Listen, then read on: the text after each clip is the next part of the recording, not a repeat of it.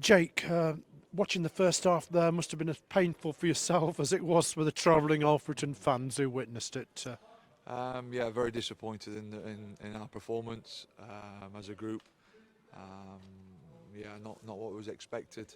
We spoke about it a little bit in our post-match after the game on Tuesday night around when we concede, making sure that we show that resilience and that fight to stay in the game. And sadly today, first half has cost us the game.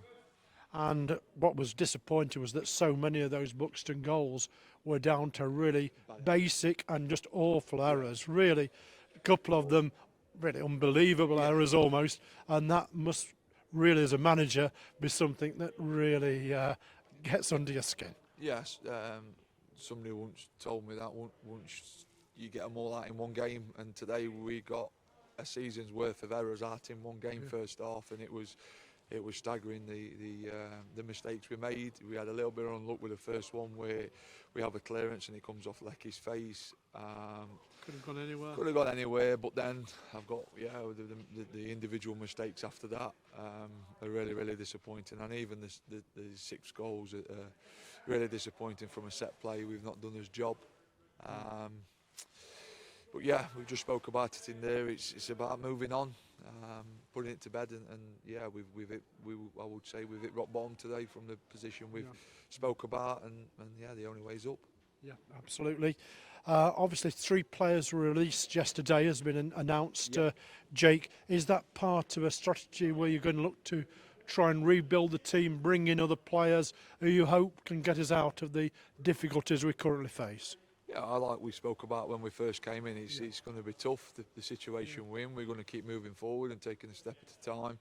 I would like to freshen the squad up, and I've had to make some room for new and fresh faces for next week. And the non-contract boys, we put a post out yesterday around the commitment and their efforts, what they've given to us while they've been here. But ultimately we want to try and freshen the squad up like we've just spoke about, and yeah, get some new boys in next week if we can. And are you confident of achieving those signings prior to next week's game, Jake? Yeah, it's important that we look and reflect on today's game, and then yeah, the irons in the fire have already started, and the conversations have already started around getting players in, and hopefully we'll have them bodies in the door before next weekend.